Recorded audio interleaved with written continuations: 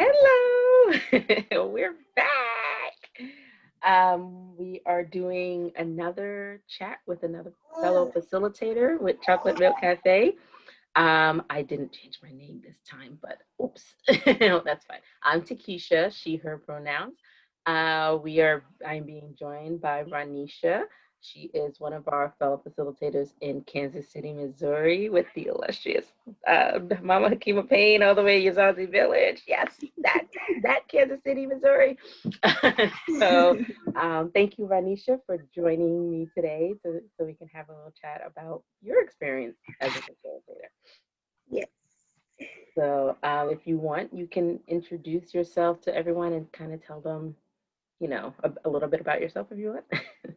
I am Ronisha Conway. Of course, I'm with the Kansas City chapter, like she said. I am currently pursuing my IBCOC certification. I have a background in childcare, and I'm a mother to one, and he's been breastfeeding for 17 months. Amazing. I'm going to keep going as long as we can. I have a lifelong goal of being a midwife and postpartum supporter. That's great. Tell me something about your experience as a breastfeeding parent. Like, how has that journey been for you? Oh, as a breastfeeding parent, my journey has been up and down. The beginning was hard because he was a NICU baby. He was early. So I had issues with oversupply because I had to pump early, which led to clogged ducts, mastitis, in and out the hospital. But of course, like with Uzazi and Chocolate Milk Cafe, I was able to overcome them. So right now we're up and we're going. We're good. That's great. Okay, so since you are at Uzazi, how did you hear about like Chocolate Milk Cafe or Uzazi Village? Did you know about this before you had your kid, or how'd that go? Actually, when I was 3 months pregnant, my midwife I had at the hospital disappeared on me. So I had to do a search for a new midwife or a new hospital, and I decided I didn't want to go back to the hospital. So I just did a Facebook search, and I was able to find Uzazi's Facebook. And then through there, they led me through a midwife and a doula. And then after I had my son is when I found out about Chocolate Milk Cafe. And so I started going to the meetings. Okay, that's good. It's nice that you still were able to find it, but I don't want to go into details of what. Okay, so you, unlike Norlanda, you actually started joining the meetings before becoming a facilitator. Can you tell us a little bit about that experience? It was great being able, because then we were in person. So we were able to, it was great being able to see other women that had similar views to me and just be surrounded by people that looked like me, going through the same things I was going through, and able to get the help in the not one-on-one, but the peer support with others. So it was great being able to find that group and meet once a month. What about your experience outside of the group? Like, do you have a lot of support in family or friends or anybody else in your closer knit network? I have family and friends. I'm a single mom, so no husband or boyfriend around. But no one in my family really breastfed.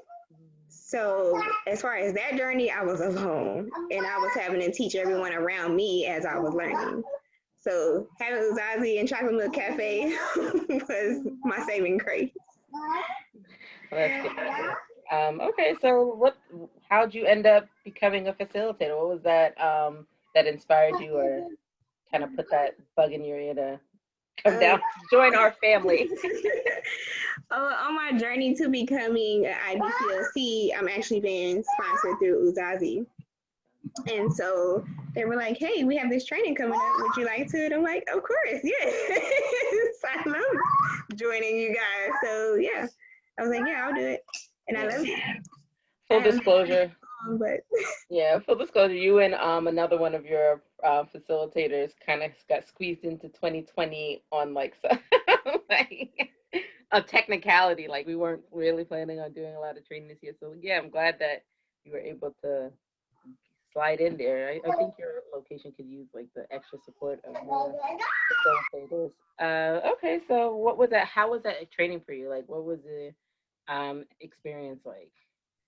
it was actually a little eye-opening with the history of like birth and breastfeeding with Black women, Black families. Like some of that stuff I really didn't know. So having that training was great. And then going through the training with other trainers, we were able to get a little bit of experience because I mean they needed practice, we needed practice, so we were going back and forth with them training us, and then us leading a mock meeting. Mm-hmm. So I liked getting that experience in history. Yeah, that's good. Yeah, you got to be part with make the Oklahoma um chapter because they Mm-hmm. needed to expand their chapter. I'm sorry, I'm getting like text messages for my food. Um, but yeah, distractions. I've been trying to not have them during these sessions, but you know, It's sometimes all right. when I overbook. All right, so now that you're a facilitator, you haven't been. It's been a couple of months, right? I think it's been like 2 months, 3 months. Okay, so what has that been like? Have you been able to lead a meeting yet, like yourself? Just led a meeting. Mm-hmm. What was that like for you? I was a nervous wreck, but it actually went really well. We had a lot of conversation. We had questions, dialogue. Like everybody was just felt open to talk, I think. And it felt like we were in person again. So everybody, I'm like, hey, I'm here. We're all here for questions. So if you don't talk, then this is going to be an extremely boring meeting. So everybody just started talking and asking questions, and we were just laughing, going back and forth. Like, That's good. I liked it. How do your meetings run? It's because some of the meetings run a little differently. Like, what do you guys do anything that you think is fun or stands out? So I read oracle cards and tarot cards. So I start my meetings out a little different than anybody else. So I pull an oracle card and I have that be like the the energy of the meeting. Mm-hmm. And so I start out with an icebreaker and I pull the oracle card and then I kind of explain what it is, what it means. That's cool. And then I just leave it open for questions. I have a topic available if we need it, but if there's enough questions and dialogue, then I don't even bring it up. Yeah. I've been there. Like you get all prepared and you're just like, oh, but the meeting's going this way. Let's let it go that way. Let it flow. Like whatever the needs are for the meeting, just let it flow that way. So everybody gets their questions answered and needs met. If we Yeah, I can. like that tarot card. That sounds fun. What about anything like any experiences that you had before becoming a facilitator? Like any meetings that stood out for you? See, look, they're knocking on the door right now. um, like any meetings, like anything that before, because you only had like a couple under your belt. Like any experiences that you've had within the group, like learned anything from being part of the group, or something that helped really supported you, like through your journey. It was in the group, I believe, that I learned that I could supplement with my own breast milk. Since I That's had a a good one. NICU baby, and like once he got out of the NICU, they were like, "Well, he's gonna need some milk." He's a climber. Behind me, they were like, "He's gonna need formula, and he's gonna need this and this to gain weight." And then in a meeting, they were like, "No, you can just pump and give him milk if he needs it." He ended up not needing it, but Yeah. And that was helpful. That sounds. I didn't go the formula route, especially considering he has food allergies. So that would have been bad. Yeah, I encountered someone recently who was telling me about their young baby and how they breastfeeding didn't work, but then how they had to switch all these formulas. And I like, it wasn't the right moment, so I was like, but you could. But I didn't know all this story. So but yes, sometimes breastfeed is the best choice for those options. Well, that's great. I don't actually have any more questions on my list, and but I do want to talk about like you being a IBC, like the journey of being an IBCLC. Before we started recording, you were telling me you're on like pathway 3. Pathway 3. Mm-hmm. How comfortable do you feel with explaining like your experience of becoming an IBCLC and what the process is like? So for me, because I originally went to school for nursing, I had almost all of the healthcare classes that were needed. The only thing I needed to take was statistics, which is a pain in the butt. But so I didn't have to go through all the schooling that's required. So I know for a lot of people that takes years. So I was able to skip over that part because I have all that on my transcript. So it's taken me, it's been about a year now to be able to get in to the hospital and get my lactation hours. Sorry, I have a child throwing toys at me. To get my lactation hours, which is required to gain experience and get to know like what you're doing before you just get thrown out there. Yeah. Before you can take the test. Mm-hmm. So far I forgot what they're called. I've gotten the lactation hours, but I need to get the internship hours. Okay. That's what pathway 3 is. Mm-hmm. So far it hasn't been too rough on me. Can you hear that? Yes. My kids love timers. It's really annoying. Oh, that's good. Oh, good thing that. Have you faced any barriers like through this process? COVID.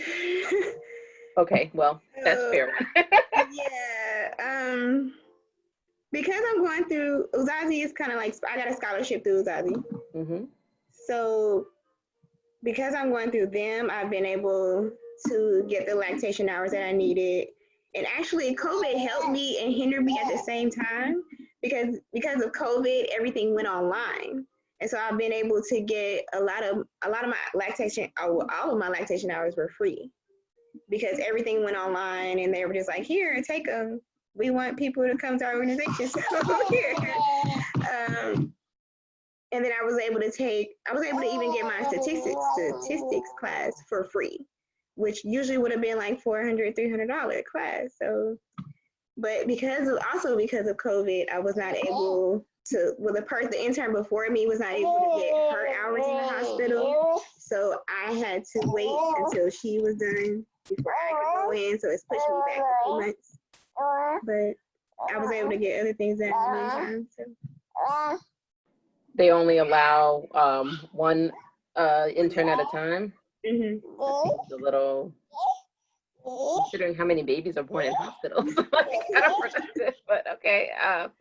The reasoning, the logistics behind it.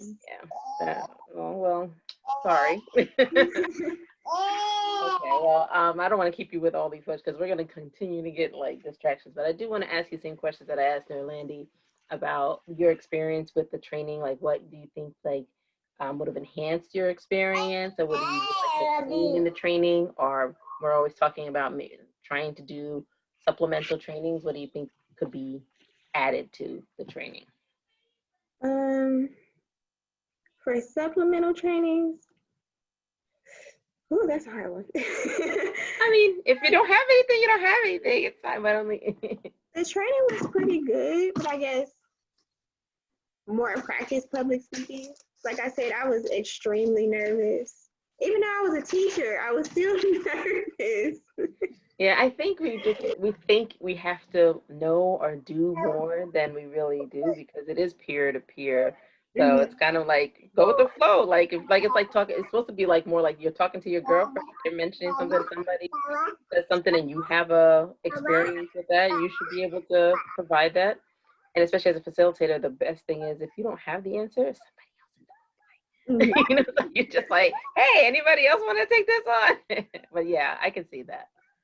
I tend to kind of clam up a little bit when I see a bunch of eyes looking at me. I'm like, well, people are paying attention to me. I don't know how the trainings usually go, but I know for us it was 4 of us plus the trainer.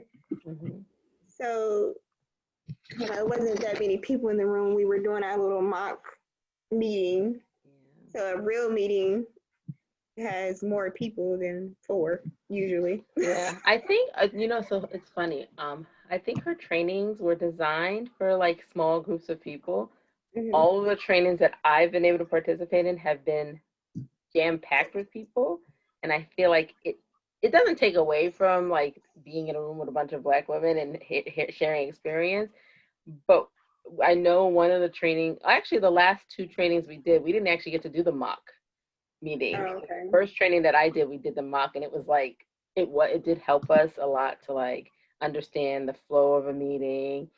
And the last 2, everybody didn't get those, but luckily most of the people who attended those has been to a meeting before, so at least they got to see a real life one anyway. But for us with 7, we having that experience when we were bringing it to New York and New Jersey was really good. But yeah, I don't know. We're trying to tweak it to see how, like, we're supposed to be talking about doing it more online, and I don't know because it's hard because virtually, for some of it, feel like you lose the intimacy and the connection that we have. But then it's like, well, how are we going to do this with COVID? Yeah. So we need more. We're going national. We need more chapters. We need to figure it out. Okay, so then my other question to you is moving forward with Chocolate Milk Cafe. What would you like to see as we grow?